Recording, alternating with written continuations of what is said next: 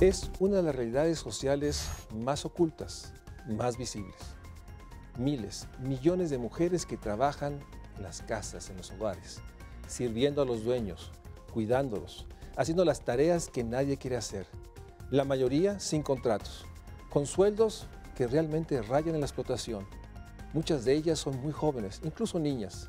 Es hora que en el país asumamos el compromiso legal, ético, de dar a todas las trabajadoras domésticas un contrato, prestaciones, que realmente esté regulado esa relación laboral con los dueños. De eso haremos hoy en el Estudio México Social. En México existen 2 millones de personas que se dedican al trabajo doméstico remunerado.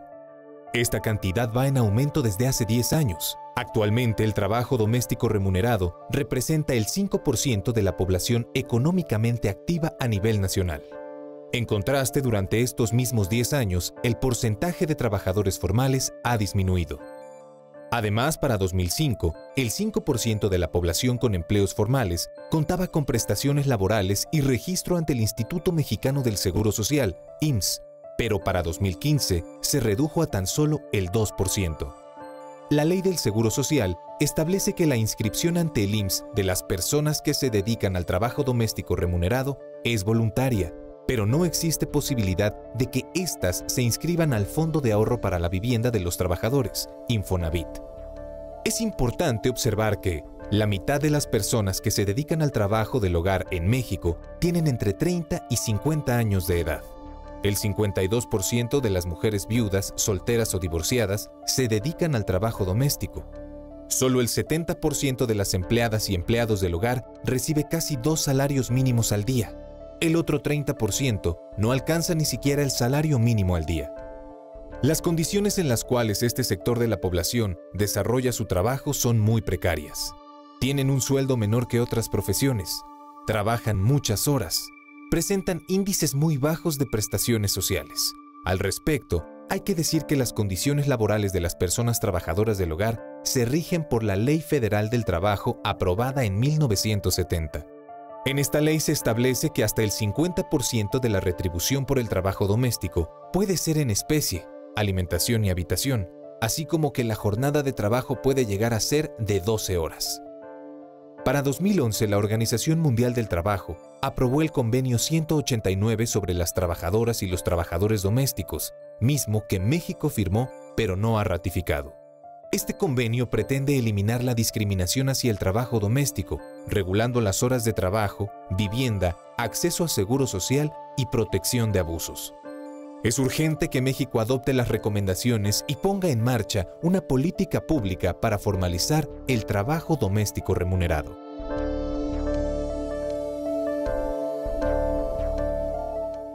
En unos días, el 30 de marzo, habrá una reflexión en el mundo. ¿Cuál es la situación de las trabajadoras del hogar? Una realidad que para todos es visible, pero se mantiene oculta. Y hay esfuerzos, hay luchas que se están dando y que debemos no solo hacer visibles, sino apoyar. Una de ellas es, sin duda, lograr que todos y todas las trabajadoras del hogar tengan derechos, un trabajo digno. Por eso me da mucho gusto tener aquí en el estudio a Marcelina Bautista, a Marta Cebollado, que está aquí y que nos han trabajado y han estudiado y han tratado de hacer visible y buscando alianzas y esfuerzos conjuntos, porque es una realidad.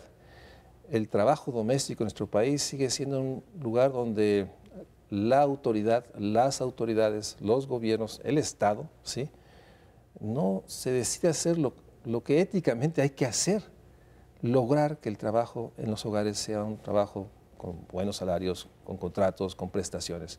Marcelina, muchas gracias por estar aquí. Y para ir introduciendo el programa, ¿cómo podrías describir la situación del trabajo doméstico en nuestro país? ¿Cómo podrías expresarle a quien nos está viendo la urgencia, la necesidad de miles, millones de mexicanos, mexicanas que están ahorita exactamente trabajando en el hogar y probablemente haciendo las tareas que en esa casa nadie quiere hacer o no está dispuesto a hacer? Marcelina, muchas gracias por estar. Ya, bueno, es un trabajo invisible, pero necesario, un trabajo precario, mujeres que no ejercen los derechos que establece la ley, mujeres que están ocupando un espacio de alguien que no lo quiere hacer, no lo sabe hacer, no lo puede hacer o tiene recursos y paga, pero paga mal para alguien que lo haga. Y esta persona por necesidad tiene que aguantar muchas malas condiciones a veces. En este caso, pues la falta del ejercicio de sus derechos. Ellas no tienen los derechos que marca la ley para cualquier persona trabajadora. Entonces creo que en México este trabajo tan desvalorizado, pero no solamente tiene que ver por una sociedad o por un trabajo que ha sido destinado o delegado a las mujeres, sino también desde el marco normativo no está legislado los derechos de las trabajadoras del hogar, así también como los derechos de las personas que hacen este trabajo de manera no remunerada.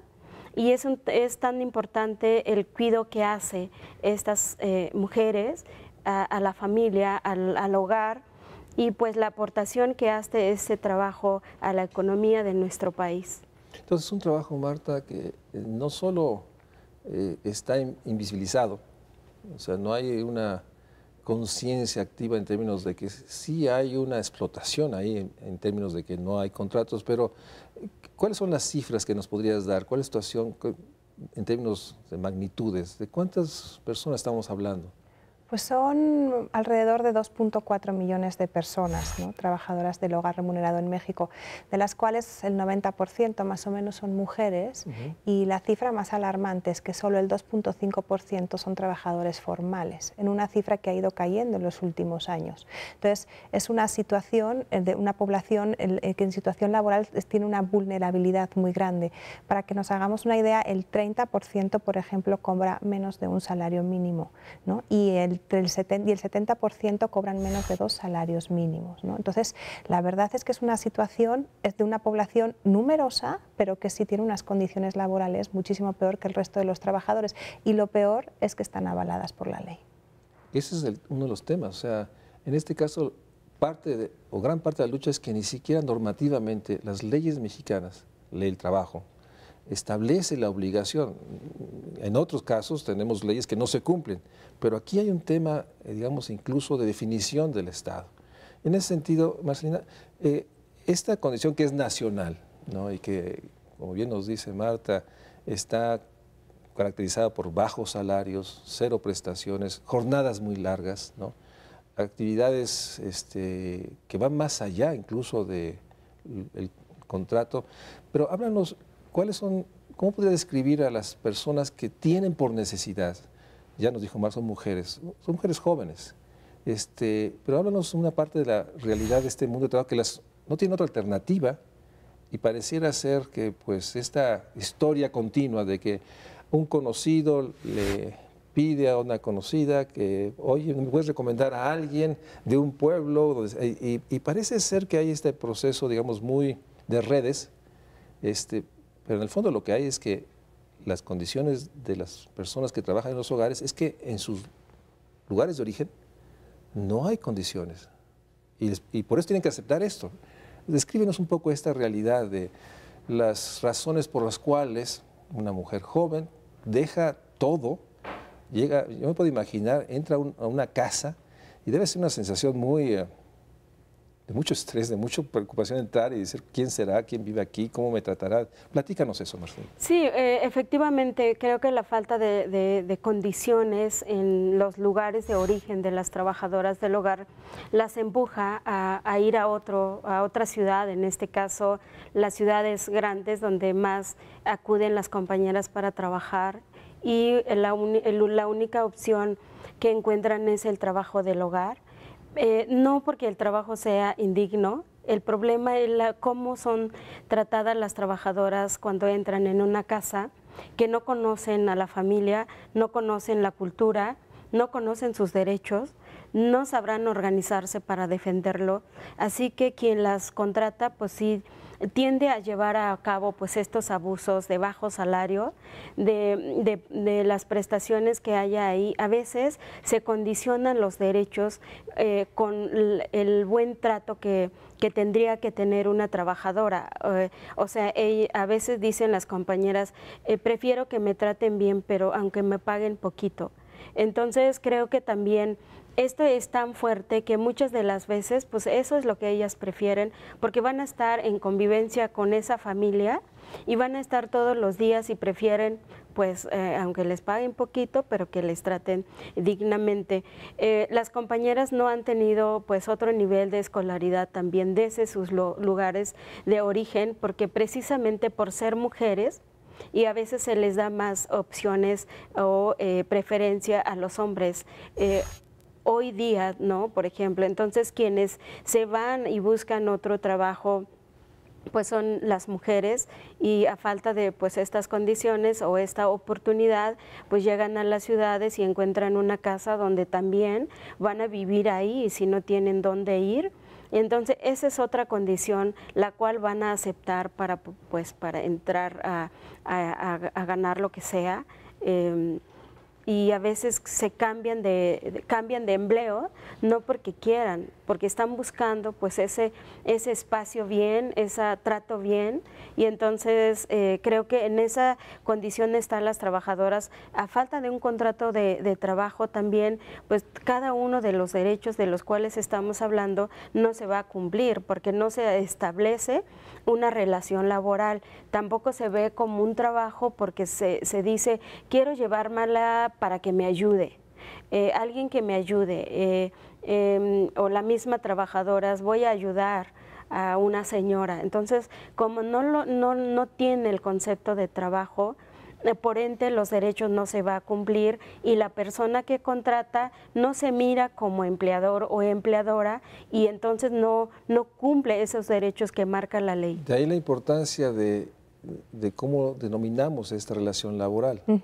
La enorme reivindicación de que es un trabajo. Sí. Es un trabajo. En ese sentido, acabas de terminar una investigación, bueno, se acaba de publicar una investigación.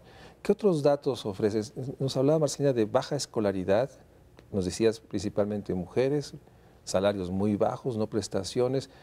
¿Qué pasa? No sé si tenemos datos, porque también hay trabajo doméstico en localidades marginadas, incluso en localidades muy pobres, o sea, que son también condiciones muy, igual, de mucho abuso. O sea, no es un tema solo privativo, digamos, de las grandes ciudades. No. ¿Cómo podríamos escribir la realidad que se da en localidades pobres, pequeñas, en lo cual es muy común encontrar a alguien que está haciendo las tareas domésticas?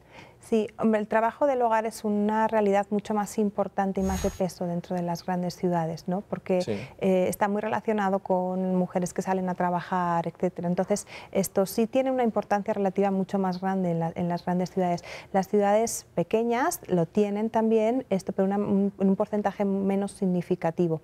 Lo que es más significativo de las ciudades pequeñas y sobre todo de las zonas rurales, que son emisores de trabajadores, ¿no? O sea, personas que salen de allí buscando una mejor calidad de vida y que por eso ven en el trabajo del hogar una salida a su situación. El problema es, como decía Marcelina, ¿no? Que en su mayoría son mujeres, y hay que decir que el perfil de la trabajadora del hogar está cambiando. Ya no es una mujer tan joven, soltera, ¿no? Sin estudios. El perfil está evolucionando hacia mujeres de mayor edad, con mayor nivel de estudios, muchas de ellas incluso con la primaria completa, y generalmente en su mayoría viviendo en pareja, generalmente con hijos. Es un perfil que está cambiando, y creo que eso también nos está dando una llamada de que, bueno, pues ya no es la jovencita que no sabe de sus derechos ni de sus condiciones, sino que son personas cada vez más preparadas, y eso hay que tenerlo en cuenta también a la hora de ofrecerle una serie de prestaciones y derechos ¿no? que las tienen por ser trabajadoras en México, no por otra cosa, porque es un trabajo. Finalmente es una expresión de una profunda desigualdad. Absolutamente. Porque estas mujeres que se preparan, terminan primaria, secundaria, que ya tienen una relación, un hijo, y tienen que emigrar para encontrar un trabajo en que haya cierto trato digno, afectivo, y que aceptan condiciones realmente que serían inaceptables, nos habla de la enorme desigualdad y pobreza del país.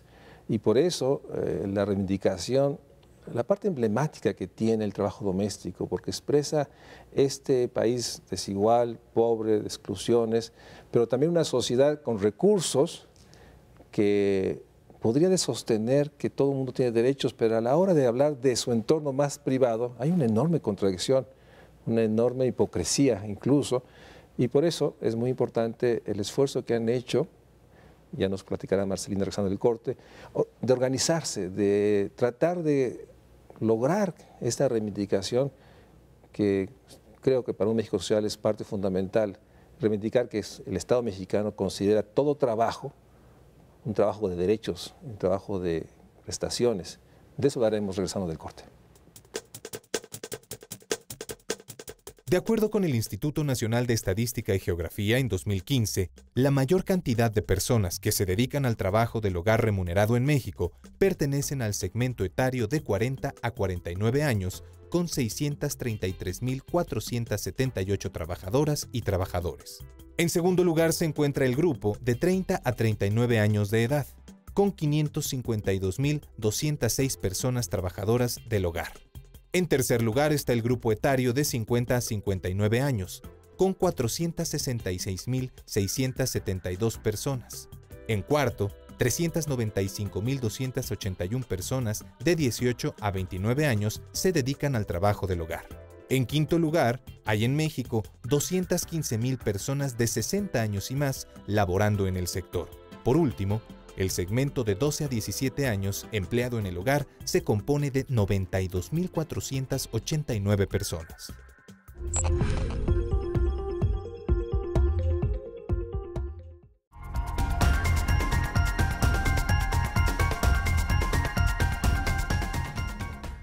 Marta, pero esta realidad mexicana no es una realidad privativa de nuestro país. En muchos países el trabajo doméstico es una realidad que, platícanos, que también se mantiene en los márgenes de la legalidad y que por otra parte llevó a un pronunciamiento muy importante de la OIT.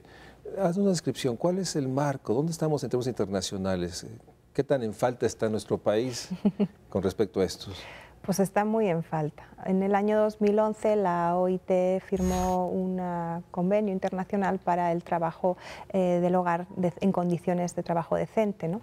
En el marco de este convenio México no lo ha ratificado. Eso significa que una vez que tú ratificas un convenio internacional tienes la obligación de adecuar tus leyes a lo que dice el convenio internacional. México no lo ha hecho y en estos momentos es el país de América Latina con peores índices de formalidad y formalización dentro del trabajo del hogar en América Latina. Es decir, El Salvador tiene índices mejores que México. Entonces, la verdad es que eso es una llamada de atención muy importante. Hay países que han ratificado el convenio, pero es que incluso hay países que lo tenían legislado y con normas desde hace mucho tiempo. Argentina tiene normas del año 56.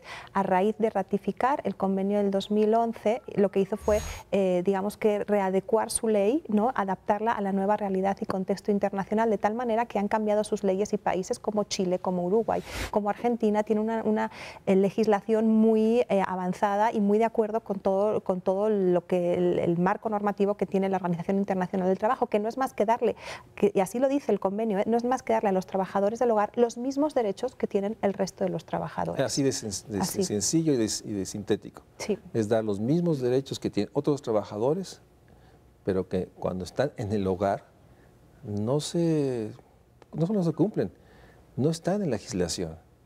Bueno, y en 2011, ¿se han pasado 5 años, 6 años? 6 años, sí. Y la verdad es que sí ha habido manifestación, porque el problema es un problema público reconocido por las autoridades. Y, por ejemplo, el secretario de Gobernación sí ha reconocido que México debe ratificar, pero lo reconoció en el 2014, se comprometió en el 2014 y esto no ha pasado. Entonces, digamos que el Estado y los partidos políticos, porque en Cámara Legislativa tampoco no ha habido iniciativas para cambiar la ley, son cómplices de esta discriminación que sufre el trabajo del hogar remunerado en México.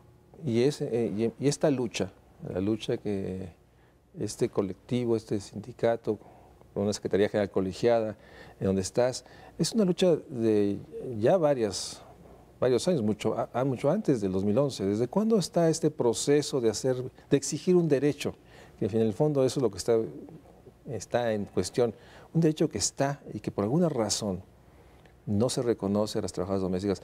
Platícanos, ¿cómo fue el proceso de formación, de conciencia, de generar este colectivo que pues está encabezando, junto con los actores, digamos, esto que emblemáticamente se dice, la ratificación del 189 como expresión de la lucha? Pero ¿cuándo empezaron? ¿Cómo empezaron? ¿Cuál ha sido un poco la historia de estos 15 años? Sí. Bueno, yo comencé desde 1988 porque en México fue uno de los países que comenzamos a organizarnos después de muchos otros en América Latina, y como decía Marta, en Sudamérica las organizaciones de trabajadoras del hogar tienen una gran historia, ¿no? Desde los años 50, por ejemplo, el sindicato de Argentina tiene 101 años. Entonces, en México, por ejemplo, la situación de las trabajadoras nos empujó justamente a empezar a reconocer esta situación y los derechos que no han sido reconocidas o no ha sido otorgado para cada una de nosotras. Y entonces en el año 2000 dijimos, tenemos que organizarnos, como ya con ese concepto, pues dices, para buscar. Dijimos, ¿quiénes más estaban? ¿Cómo? ¿Con quién Bueno, te yo reuniste? comencé con otras 4 trabajadoras del hogar en el año 2000 y fundamos el Centro de Apoyo y Capacitación para Empleadas del Hogar con la idea de capacitarnos, capacitar a las otras trabajadoras, y bueno, este espacio creció bajo las necesidades propias de las trabajadoras del hogar, y entonces el centro cuenta con una asesoría jurídica, colocación en el trabajo, capacitación los domingos y difusión que llevamos directamente a las trabajadoras del hogar. Y entonces, al reconocer que estos derechos, a pesar de la lucha que hemos llevado, y además los domingos en nuestros días de descanso, y por cierto tenemos un documental que se llama Día de Descanso, precisamente porque nuestra lucha lo hemos centrado en nuestro día de descanso.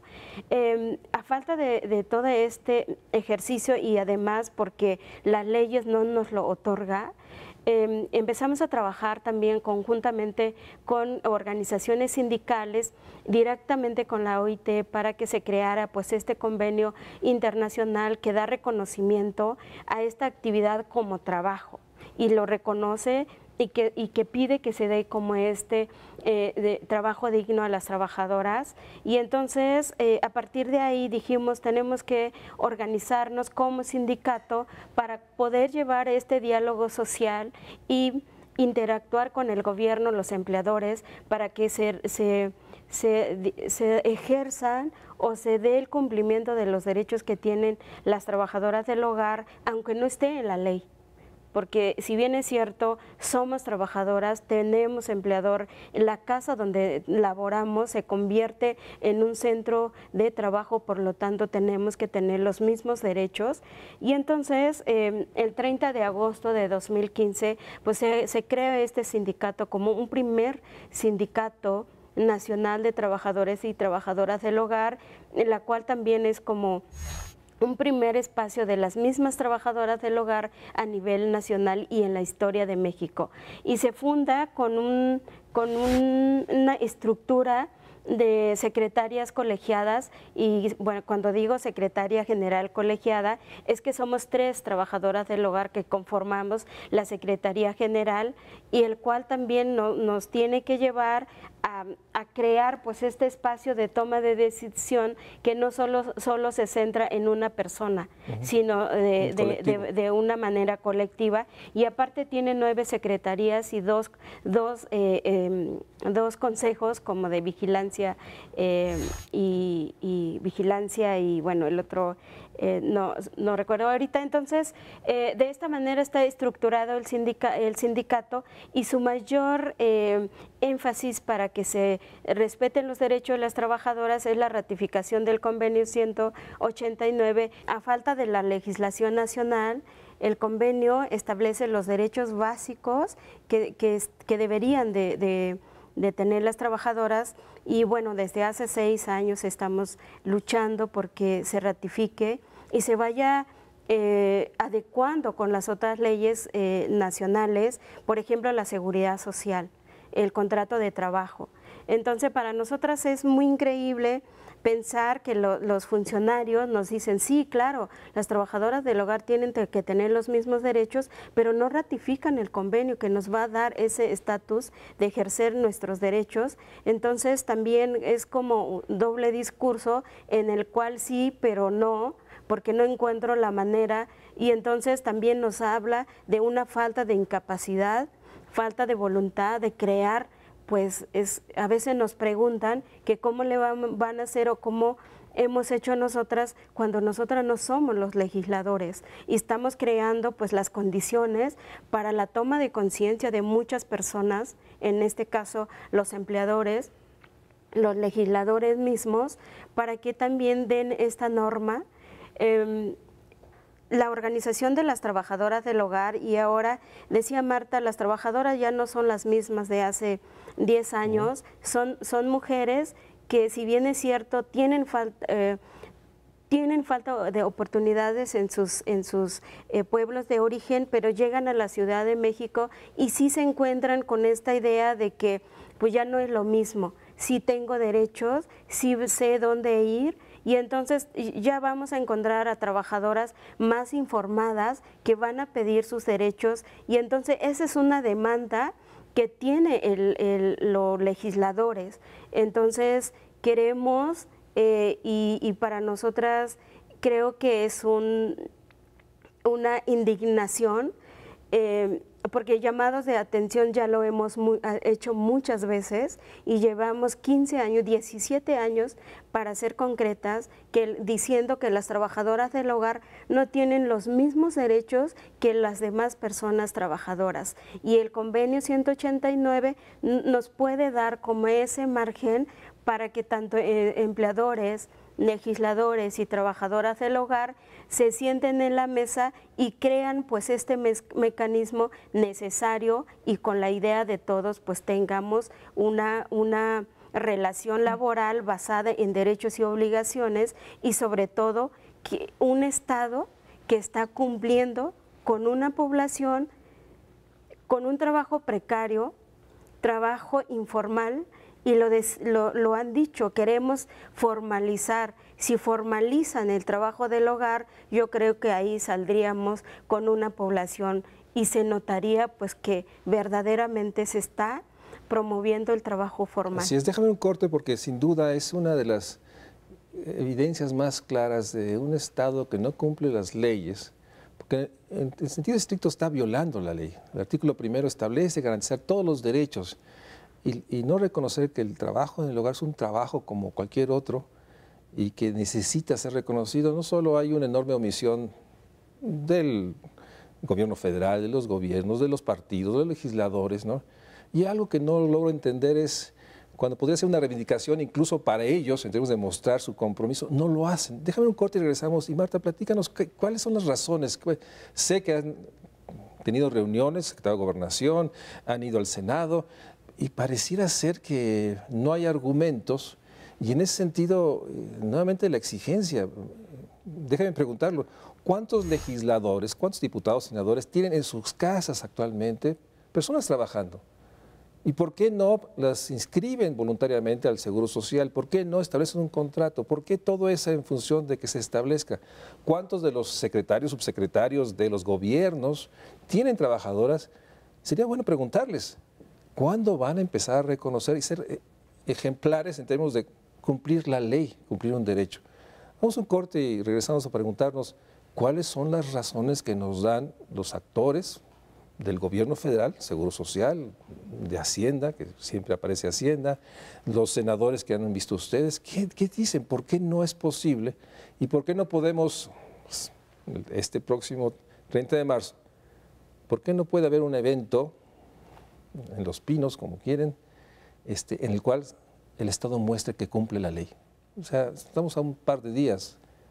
Ojalá se dé. Vamos a un corte y regresamos. El Consejo Nacional para Prevenir la Discriminación reporta que, de acuerdo con datos de la Encuesta Nacional de Ocupación y Empleo del INEGI de 2015, 39% de las personas trabajadoras del hogar reciben de 1 a 2 salarios mínimos, en tanto que 32% recibe hasta un salario mínimo o menos.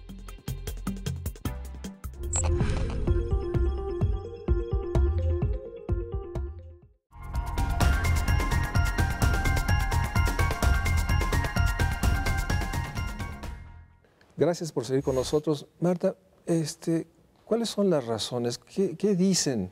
¿Qué dicen los diputados, los senadores, los funcionarios? ¿Cuáles son los argumentos que han evitado que se logre algo que puede ser del más sentido común, incluso del más sentido político, en términos de rentabilidades políticas, de reivindicar una lucha que tiene todo para ganarse por todos? ¿Qué dicen? El problema es que no dicen nada.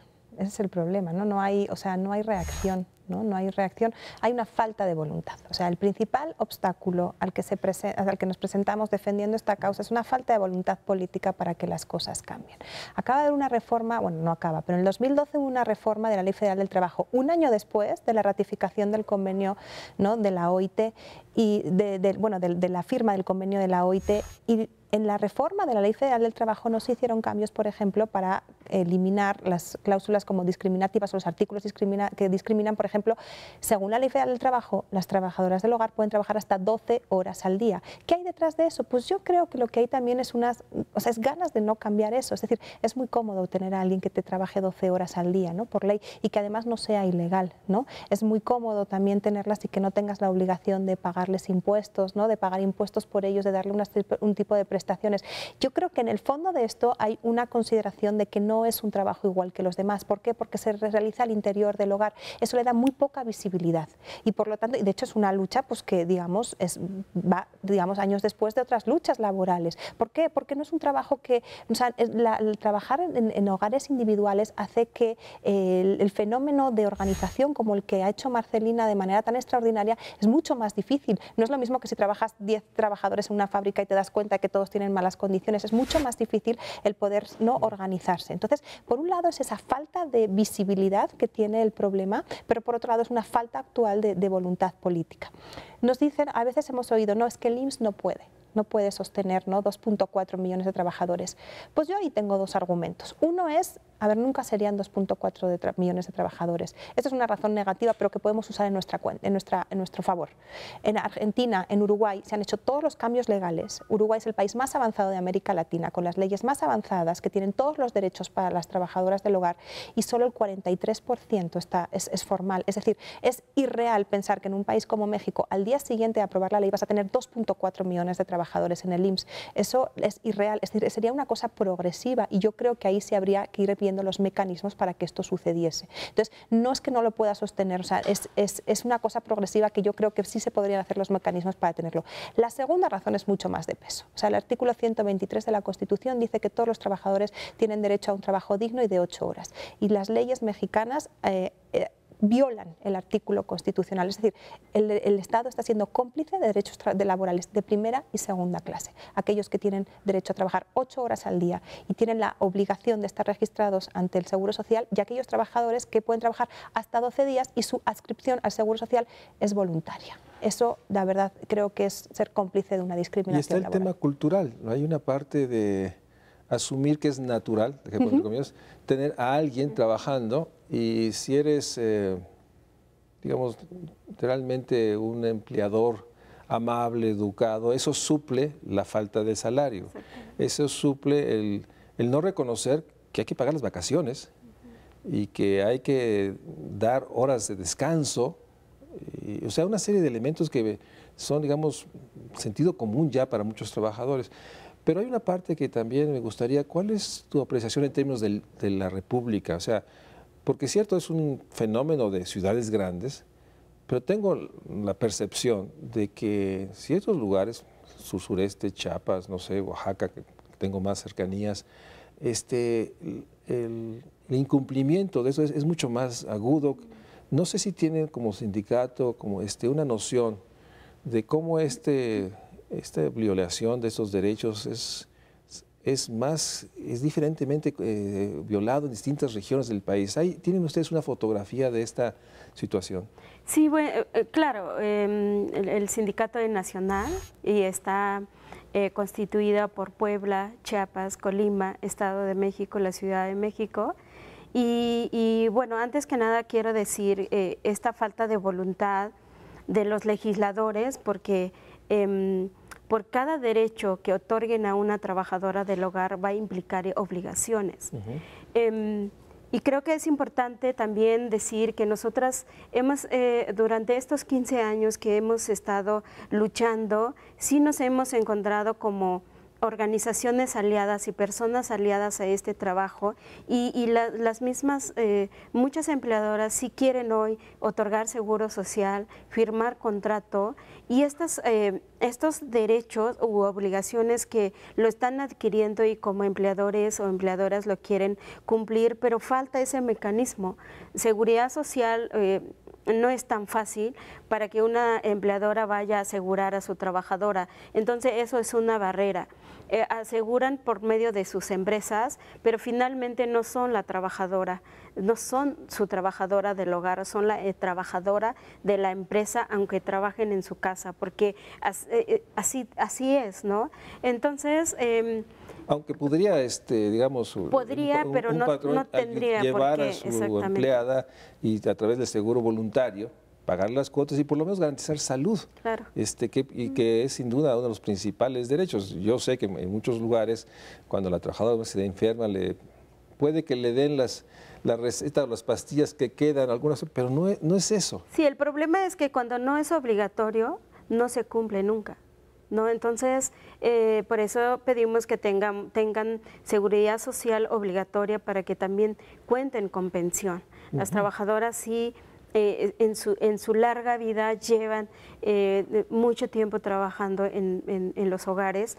Y hablando de cómo están los otros estados, la tendencia que las trabajadoras en el hogar buscan ahora es trabajar por días en una casa, entrada por salida, como lo decimos, porque ya no quieren estar encerradas en las casas, ya no quieren trabajar estas largas jornadas, pero también se convierte en un trabajo, un desempleo, porque no es fácil que una persona las contrate todos los días, 5 días a la semana, entonces eso precariza también su trabajo. En Chiapas, por ejemplo, tenemos compañeras que trabajan 14 horas y ganan 75 pesos o ganan 2,000 pesos al mes. En Puebla, por ejemplo, las trabajadoras para ganar más prefieren trabajar en 2 casas al día.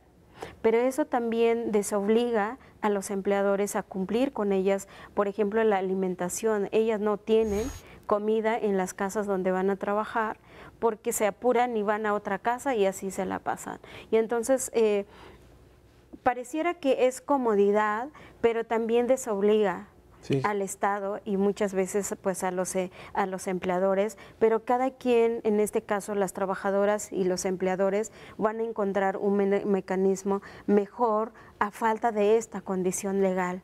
Sí, por eso es urgente que el Estado asuma un compromiso. Pero hay una palabra que no hemos mencionado en el programa, que es uno de los fenómenos de mayor discriminación que se dan, y sé que CONAPRED ha sido también un espacio de alianza, de articulación de otras voluntades para que resolver un tema que discrimina brutalmente y discrimina el Estado y lo tolera y lo permite. En ese sentido, ¿cuál ha sido, digamos, esta relación, le pregunto a ambos, con CONAPRED? O sea, ¿por qué CONAPRED ha sido un aliado y que está articulando en los últimos años? Parece que ha habido un proceso que también no ha logrado, pero bueno, sin duda ha hecho visible y ha habido nuevos documentos, tu libro, documentales, hay un esfuerzo de visibilizarlo, por lo cual es más estridente. Entonces, platícanos de la discriminación y el trabajo doméstico. Pues yo creo que la alianza con CONAPRED va a ser fundamental para que esto pase. Yo estoy convencida que va a pasar. Creo que sí se va a ratificar el convenio, creo que las cosas van a cambiar. El hecho de que CONAPRED sea un organismo público ayuda mucho más, dependiente de la Secretaría de Gobernación, ¿no? Entonces, yo creo que es el camino, ¿no? Y gracias a CONAPRED creo que vamos a poder decir dentro de unos años que esto ha sucedido. Y desde ese punto de vista, por ejemplo, creo que su compromiso, que es compromiso personal de muchos trabajadores, ¿no?, del propio CONAPRED, es fundamental. La discriminación dentro del trabajo del hogar yo creo que hay desde distintos puntos de vista. Primero es la discriminación de la ley. ley. O sea, por la ley pueden trabajar más de 8 horas al día, no tienen un seguro, una adscripción obligatoria al seguro social, ¿no? Y es más, déjame que te diga algo, la adscripción voluntaria al seguro social de los trabajadores del hogar, cuando sucede, no les da derecho a todas las prestaciones sociales, quedan excluidos del ahorro para la vivienda, del Infonavit y de las guarderías. Y esto es contradictorio con una situación en la que el 90% son mujeres y la mayoría de ellas están en edad reproductiva. Entonces, la verdad es que la discriminación viene desde un punto de vista laboral y también una discriminación desde un punto de vista pues, de género, ¿no? Porque el 90% son mujeres y son mujeres que muchas veces no pueden cuidar a su propia familia porque tienen que estar cuidando a otra, porque con esas jornadas de trabajo lo que tienen que hacer es encargar a su propia familia, ¿no? Entonces yo creo que la discriminación es doble, laboral y de género. Déjame un corte y regresamos porque me gustaría que habláramos, bueno, ¿qué sigue? ¿Qué sigue en términos de organización, de gestión? Digamos, no sé cuál sería su apreciación. Si este 30 de marzo se desaprovecha el evento para mostrar un Estado solidario, un Estado social, un Estado de derechos, un Estado que se compromete a lo que ya firmó, porque ya hay un compromiso con el mundo del trabajo. ¿Qué sigue? ¿Cómo podemos lograr esta reivindicación en un México urgido de reivindicaciones sociales y de gestos? Vamos a un corte y regresamos aquí al Estudio de México Social para seguir hablando de uno de los procesos de discriminación más visibles, más palpables, más inexplicables que se sigue dando. La realidad de que millones de mujeres principalmente trabajan en hogares sin derechos, sin salarios y ocultas en la complicidad, una cultura que tiene todos los beneficios y no asume el compromiso con sus propios miembros que trabajan al interior del hogar. Vamos a un corte y regresamos.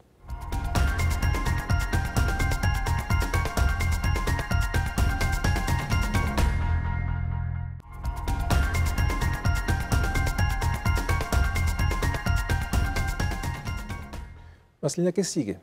Déjame poner el escenario. Este 30 de marzo hay un silencio nuevamente. O sea, y puede que haya una nota en algunos artículos en los periódicos. O sea, ¿cuál es la estrategia? Porque en el mejor escenario que se ratifique, hay un proceso de convencer, de transformar las leyes, los reglamentos, de hacer fácil esto. O sea, ¿cuáles serían los pasos a seguir que va a hacer el sindicato, que va a hacer tú en las próximas semanas, en los próximos meses? Bueno, primero que nada, nuevamente quiero exhortar a las personas, a los legisladores, a los funcionarios que tienen competencia en la ratificación del convenio 189.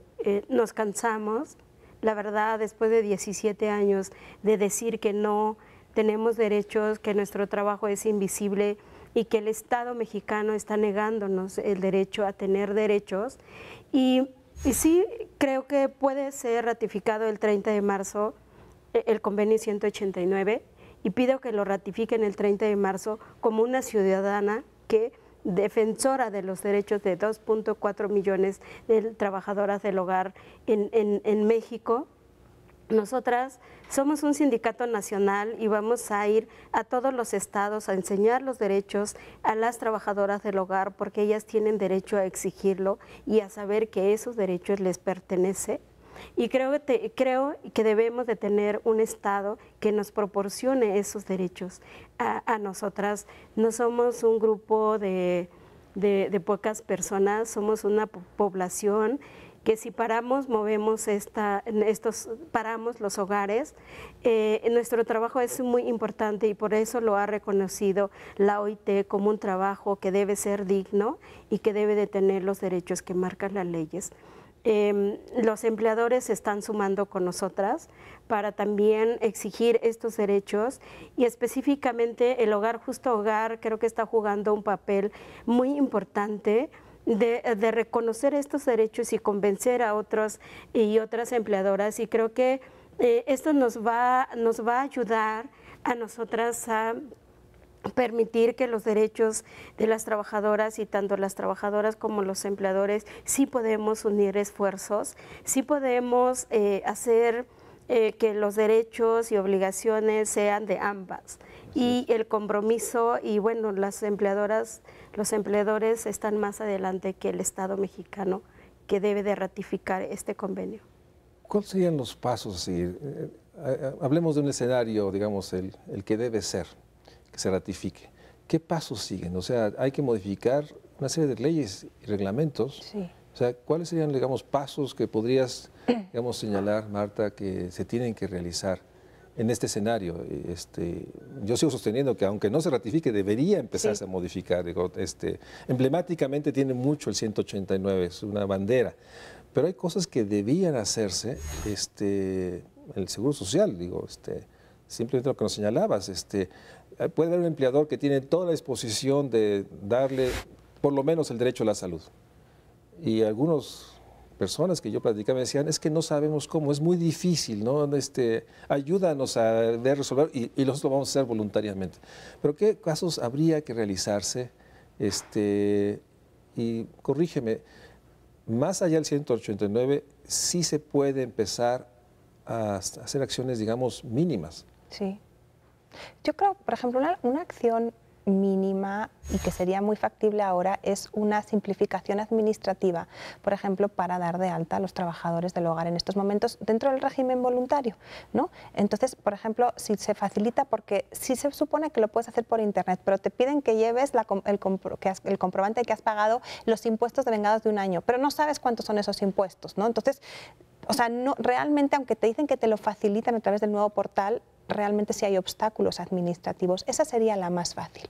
Ya si nos metemos en términos legales, creo que es lo primero, habría que cambiar la Ley Federal del Trabajo, o sea, acabar con las jornadas de 12 horas, ¿no?, permitidas, reducir el pago en especie. Por ejemplo, la Ley Federal del Trabajo permite pagar en especie en alimentación o vivienda hasta el 50% del salario, y es una población que por sí pues gana muy poquito, entonces reducir ese porcentaje.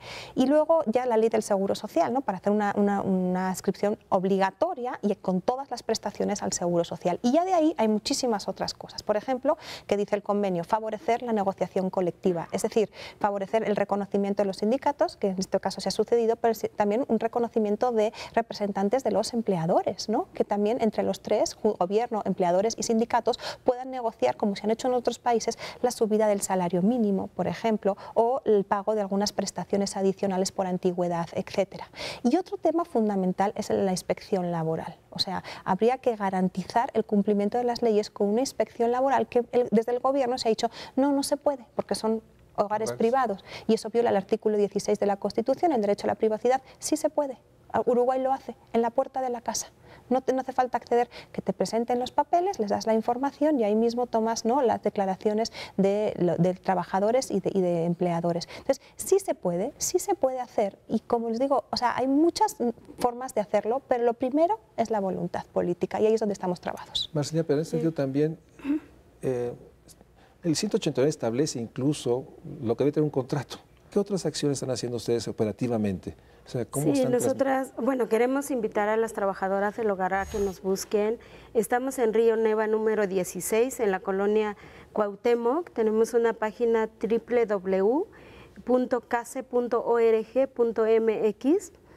Capacitamos a las trabajadoras. La movilización sindical de ellas es encontrarse en los parques, en los espacios, cuando ellas tienen tiempo. Entonces, invitarlas primero a organizarse, a capacitarse y precisamente pues este cambio cultural que radica en el trabajo del hogar, pues es cambiar muchas cosas, y la noción que tienen las trabajadoras del hogar también, como de, bueno, pues es que pues a mí me tocó hacer eso, sin darle el valor que tiene su trabajo. Entonces ese trabajo lo hace el sindicato, de que ellas tomen conciencia, puedan elevar su autoestima también, porque no solamente van a negociar derechos en el trabajo, sino también en otros espacios. Entonces nuestro trabajo se centra en eso, en términos de la capacitación, y entonces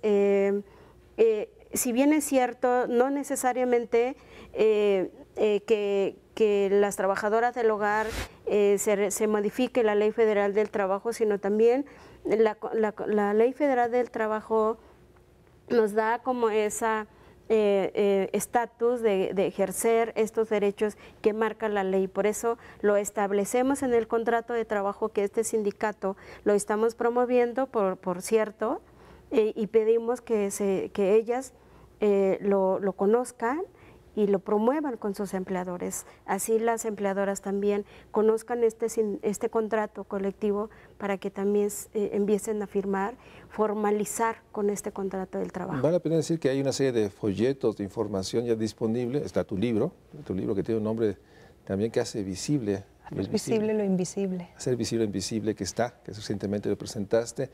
Y creo que hay que insistir en este proceso de hacer posible que los derechos se ejerzan. También los hogares ganan. Los hogares ganan y mucho. Muchísimo. Porque hoy los empleadores tendrían entonces claramente las responsabilidades y un trabajo al interior, pues con reglas claras que generaría una mayor productividad de todos y una mayor seguridad y certeza. Un trabajador que está en la casa y que tiene claro cuáles son los días de asueto, las horas de descanso, que quede claro cuáles son las prestaciones que se deben de dar, que haya un contrato que establece que a través de una contribución tripartita se logra el derecho a la salud.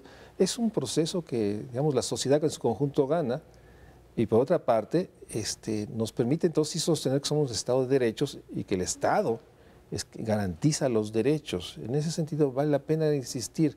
Esta es una lucha, unas luchas que deben ser apoyadas por todos y en el cual lo que se requiere es la voluntad política para desatar un proceso que yo sigo insistiendo y platicando con CONAPRED, más allá de 189, habría que empezar a promover una movilización para que cada vez más empleadores tengamos contratos en nuestro hogar, busquemos el seguro voluntario con toda la dificultad que se tiene, pero tratar al empleado doméstico como un trabajador, como otro. Yo por eso quiero agradecerte mucho, Marcelina, reconocerte el enorme esfuerzo. Son muchos años, como bien dices, el trabajo que has hecho, Marta, para documentar, informar y poner en consideración de ustedes. O sea, hay que exigir. Esperemos que este 30 de marzo el Estado haga lo que tiene que hacer, lo que debe de hacer. No es opción. Pero más allá del Estado, lo importante es, si queremos en un mundo de derechos, pues el derecho empieza con el derecho en la casa. Y hay que buscar la manera de hacerlo. Muchas gracias, Marcelina. Muchas gracias, Marta. Gracias por la invitación. Muchas gracias a ustedes. Nos vemos en el siguiente programa de México Social. Buenas noches.